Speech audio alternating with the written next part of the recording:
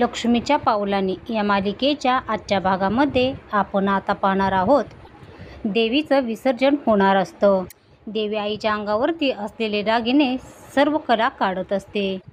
कला एक एक हे करत दागिने काढत असते आणि घरामध्ये सगळ्यांना थोडंसं उदास वाटत असतं.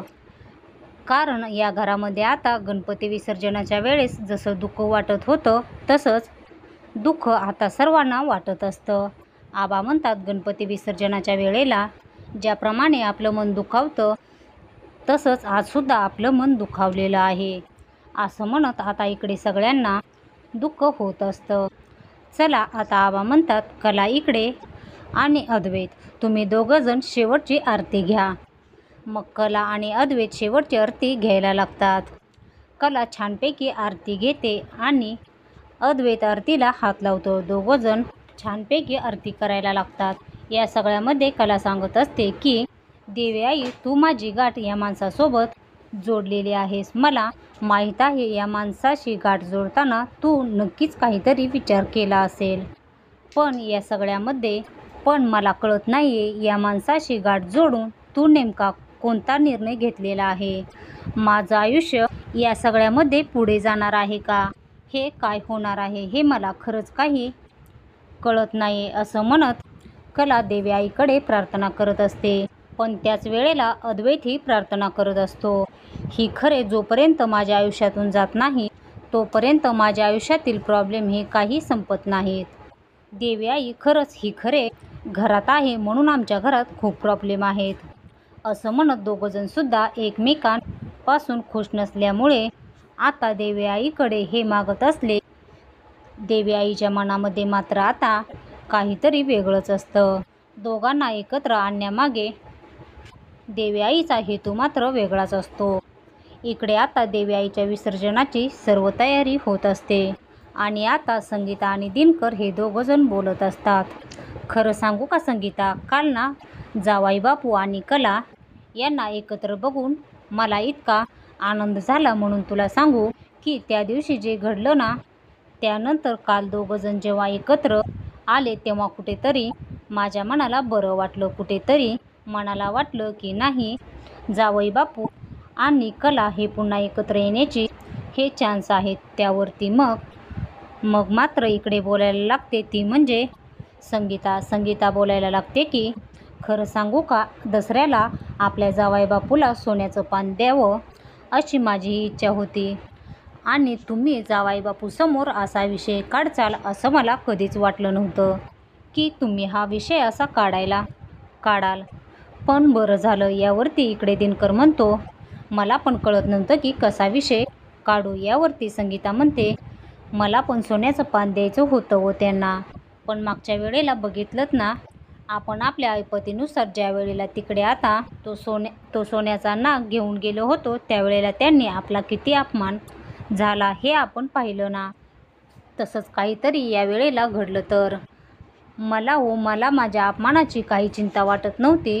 चिंता वाटत होती ती म्हणजे कलाची, कारण तिला तिकडे या सगळ्यामुळे त्रास व्हायला नको.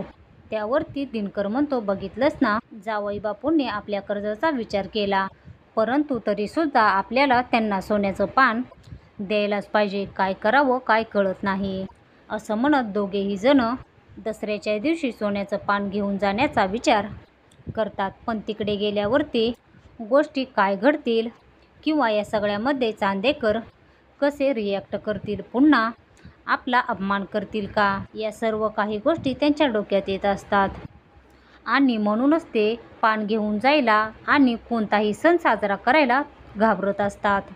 कारण चांदेकरांच्या रीतीपाती, चांदेकरांचा मोठेपणा, आबा आणि अद्वैत हे दोघंजण जरी मोठेपणा करत नसले तरी सरोज आणि आता इकडे रोहिणी ते काहीही बोलून अपमान करण्याची शक्यता आहे. या सगळ्यामुळे ते दोघंजण घाबरत असतात. इकडे आता चांदेकराच्या घरामध्ये देवी आईचं विसर्जन होत असतं. देवी आईचं विसर्जन झाल्यावरती सगळेजण घरी येतात. त्यावेळेला रजनी म्हणते, कसं घर एकदम रिकामं वाटतं ना, म्हणजे ज्या वेळेला घरामध्ये देवी आई असते त्यावेळेला घर भरलेलं वाटतं, नाहीतर हे सगळं घर रिकामं वाटतं. आबा म्हणतात, हो बाकी सगळं व्यवस्थित झालं, परंतु या घराची खूप मोठी प्रथा अजून बाकी आहे. सगळेजण आबांकडे आश्चर्यकारक नजरेने पाहत असतात. आबा म्हणतात, असे काय पाहताय? अरे प्रथा आहे ना ती आपली.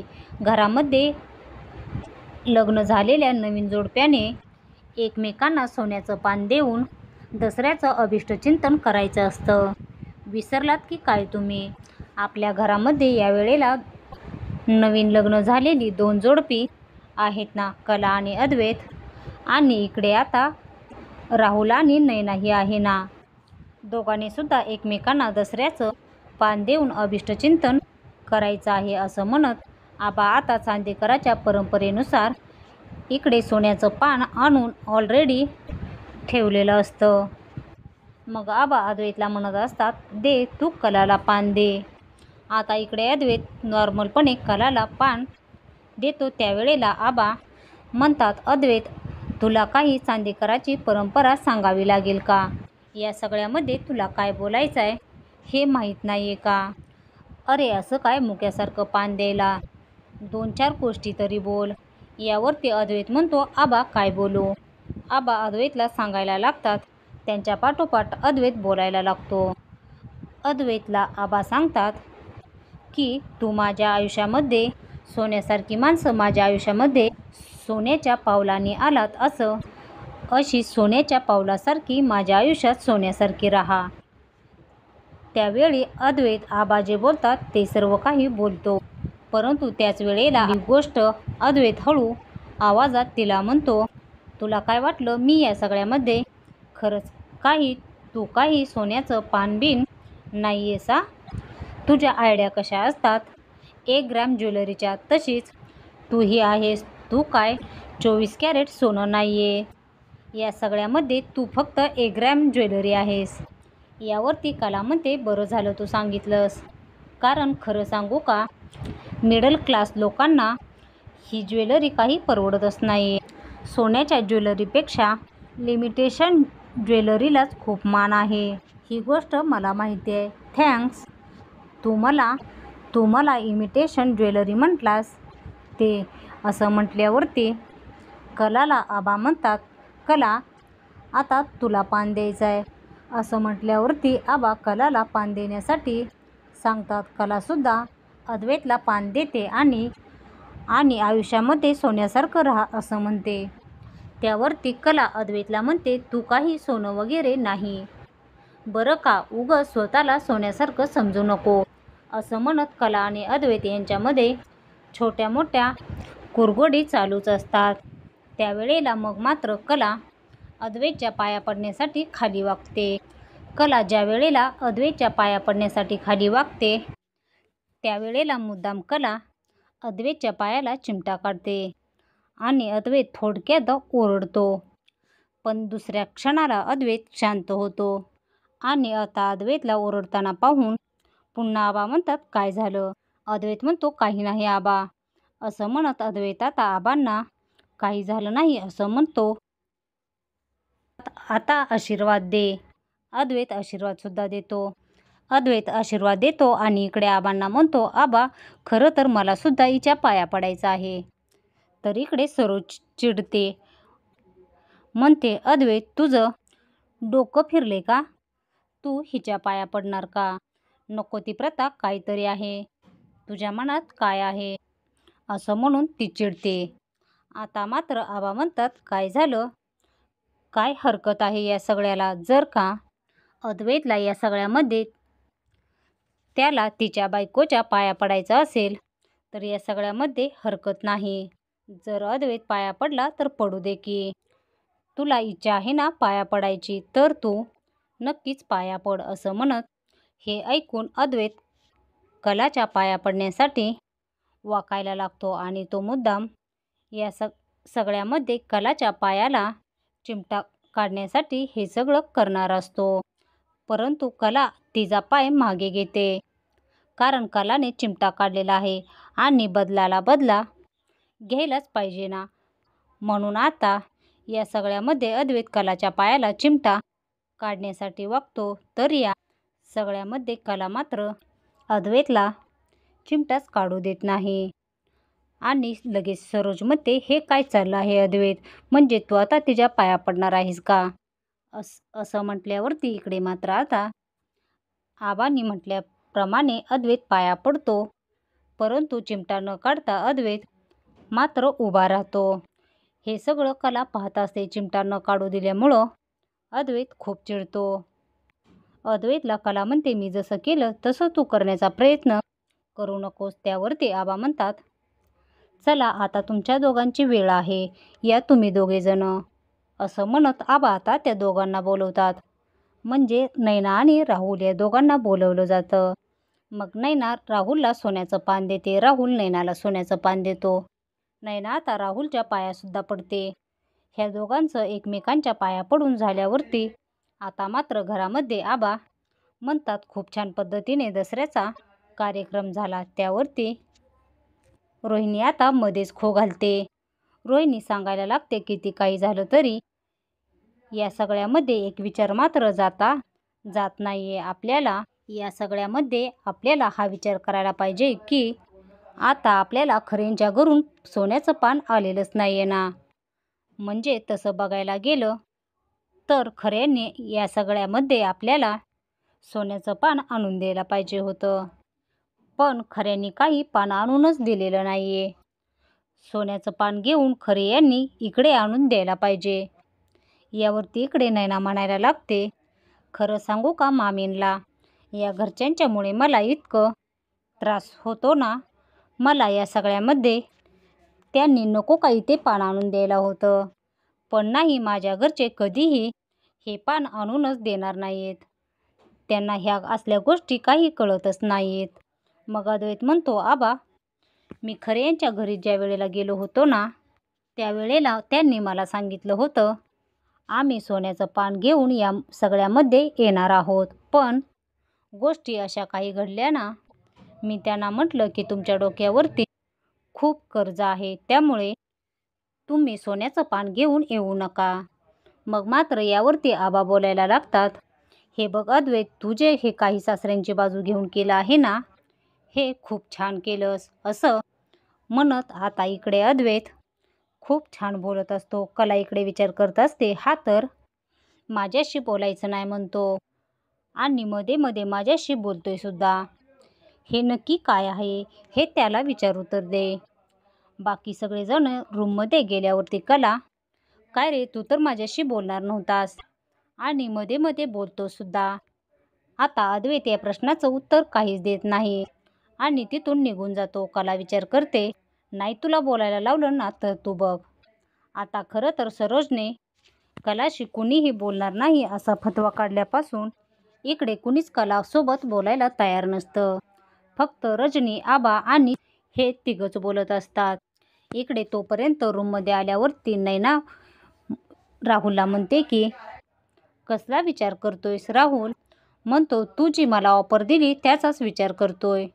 यावरती नैना म्हणते, जास्त विचार करू नको, मी जी ऑफर दिली आहे ती ऑफर स्वीकार. यावरती राहुल म्हणतो, परंतु मला तुझ्या ऑफरवरती अजूनही डाऊट आहे. नैना म्हणते, ठीक आहे, मग आपण एक काम करू शकतो. तुला या सगळ्यामध्ये अजून जरी डाऊट आहे ना माझ्या ऑफरवरती, तर आपण बेबी स्टेप घेऊया. छोट्या छोट्या स्टेप घेत मी आधी जे काही सांगते ते ऐक. स्टेप घेऊन तुला जर वाटलं यामध्ये फायदा आहे तर तू पुढची स्टेप घ्यायला मोकळा होशील. तुला कोणी बांधून ठेवले? म्हणजे जर का तुला माझ्या स्टेप आवडल्या नाहीत तर तू नकार दे, पण जर आवडल्या तर या सगळ्यामध्ये तू होकार देऊन तू मात्र मी सांगेल ते ऐकशील ना. असं म्हणत आता इकडे नैना त्याला चॅलेंज देते आणि त्याला आपल्या जाळ्यामध्ये ओढते, जेणेकरून फ्रॉड करण्यासाठी नैनाला या सगळ्यामध्ये राहुलची मदत व्हावी. दोघं जण फ्रॉडच असतात, एकमेकांना मदत करत लुटण्याचं काम करण्यापलीकडे त्या दोघांना दुसरं काही कामच नसतं. इकडे कला रूममध्ये येते, आपलं अंथरूण घालत असते. मुद्दाम अद्वैतला त्रास होईल असं काहीतरी करते, जेणेकरून बोलायचं नाही म्हणलं की कोणतीच गोष्ट आणि काहीही ऐकायला तयार नसतो. हे सगळं कला आता बघत असते. कला हे सगळं पाहत असते आणि कला यावरती की म्हणजे याने बोलायचं नाही असंच ठरवलं आहे का. कला त्याला बोलायला लावण्याचा इतका प्रयत्न करत आहे तरीसुद्धा हा काही बोलत नाही. मग आता मी काय करू. मग कला जी गोष्ट अद्वैतला आवडत नाही तीच कला करण्याचा प्रयत्न करते. कला आता एका पेल्यामध्ये पाणी घेते. पाणी घेऊन आणि अद्वैतच्या समोर मुद्दामून आवाज काढते. अद्वैत म्हणतो की ही मला मुद्दामून त्रास देण्यासाठी हे मुद्दामून करत आहे, जेणेकरून मी तिला ओरडेल आणि तिच्याशी मी बोलेन, परंतु मी तिचा हा डाव यशस्वी होऊ देणार नाही. तिला जे काही करायचं आहे ते करू दे, म्हणजे माझ्याच घरात मला इतका त्रास होतोय. या सगळ्या मध्ये ही कला मला इतकी छळते आणि माझ्याच घरात मी काहीही करू शकत नाही. किती दुर्दैवी गोष्ट आहे. या सगळ्यामध्ये मला काही सांगताही येत नाही आणि काही बोलताही येत नाही. काय करावं हे कळतच नाही. असं म्हणत अद्वैत खूप चिडलेला असतो आणि राग आपल्या तोंडावरती पांघरून घेऊन झोपतो आणि म्हणतो की आता काही झालं तरी हिच्याशी बोलायचं नाही म्हणजे नाही. तर दुसऱ्या दिवशी इकडे नैना किचनमध्ये येते आणि हे तुम्ही काय करत आहात. मी तुम्हाला काही मदत करू लागू का. मग मात्र कला आणि रोहिणी या दोघीजणी असतात. त्यांना मी मदत करू का असा विचार करायला लागते. तेव्हा कला म्हणते, नैना तुला एक मी काम सांगू का. असं म्हणत असते. इतक्यातच नैना कलालाच म्हणते की हे बघ, तुम्हाला काही एक काम सांगण्याचा प्रयत्न करू नको. तुम्हाला काहीही सांगू नको आणि मी ते ऐकूनही घेणार नाही. हे बघ, या सगळ्यामध्ये मी काही तुझ्याशी बोलत नाही. जे काही तुझ्याशी आम्ही कोणीही बोलत नाहीयेत. तू आमच्याशी बोलण्याचा प्रयत्न करू नको. इतक्यातच रजनी मध्ये तोंड घालते आणि रोहिणी म्हणते, हे काय चाललं आहे ग तुमचं. इतक्यातच रजनी मध्येच तोंड घालून म्हणते, काय ग हे तुझं काय चाललं आहे. हे बघ, तू मध्येच तोंड घातलं आणि प्रश्न विचारला म्हणून तुला कलाने काम सांगितलं. पण तू जर का या सगळ्यामध्ये कलाला त्रास देण्याचं प्रयत्न जर करत असशील तर हे मला मात्र चालणार नाही. मी तुला जे सांगत आहे ते तू नीट ऐक. कलाला या परिस्थितीत कोणताही त्रास द्यायचा नाही. जर त्रास देण्याचा प्रयत्न केला तर काय खरं नाही. ती तुझी बहीण आहे ना, आणि बहीण जर तुला बोलली तर तू तिला हे असं बोलणार आहेस का. इतक्यातच तिथे सरोज येते. सरोज म्हणते, रजनी, तिने जर माझ्या बाजूने बोलण्याचा प्रयत्न केला तर तुला का इतका राग आला. जर ती माझी बाजू घेऊन बोलत असेल तर तिला तिचा निर्णय आहे ना. तिला तिचा निर्णय घ्यायला येतोय ना. ती तुझं काय ऐकेल. मी इतका मोठा निर्णय घेऊन सुद्धा तू हिच्याशी बोलत आहे ना, आणि हे मला काही आवडत नाहीये. मी नको म्हणून सांगितलेलं असताना सुद्धा तू तिची बाजू घेते सिरियसली.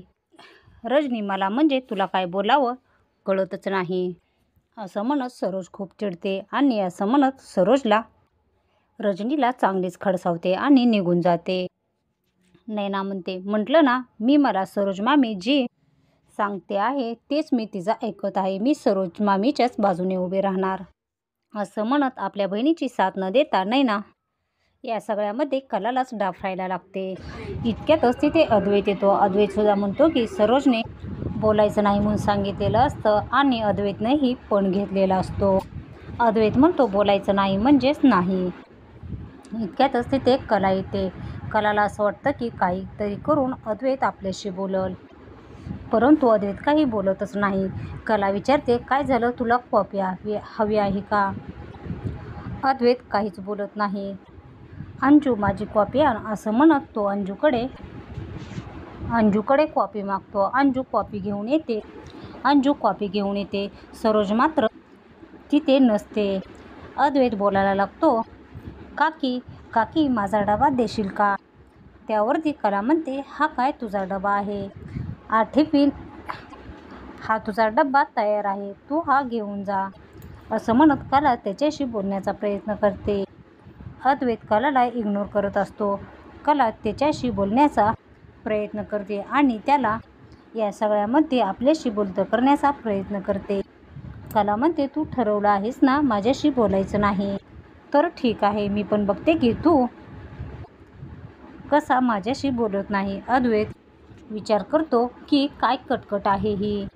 हिला किती सांगितलं आणि कितीही बोललं तरी निर्लज्जासारखी वागते आणि पुढे करते. असा विचार करत अद्वैत निघून जातो. मग कला अद्वैतसोबत गाडीतून बाहेर पडलेली असते आणि त्यानंतर दोघंजण कुठून तरी बाहेरून येतात.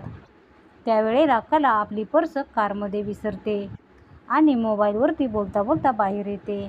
कला ज्यावेळेस फोनवरती बोलत बाहेर येते त्यावेळेस कला पाहतो तर तिची पर्स गाडीमध्ये राहिलेली असते.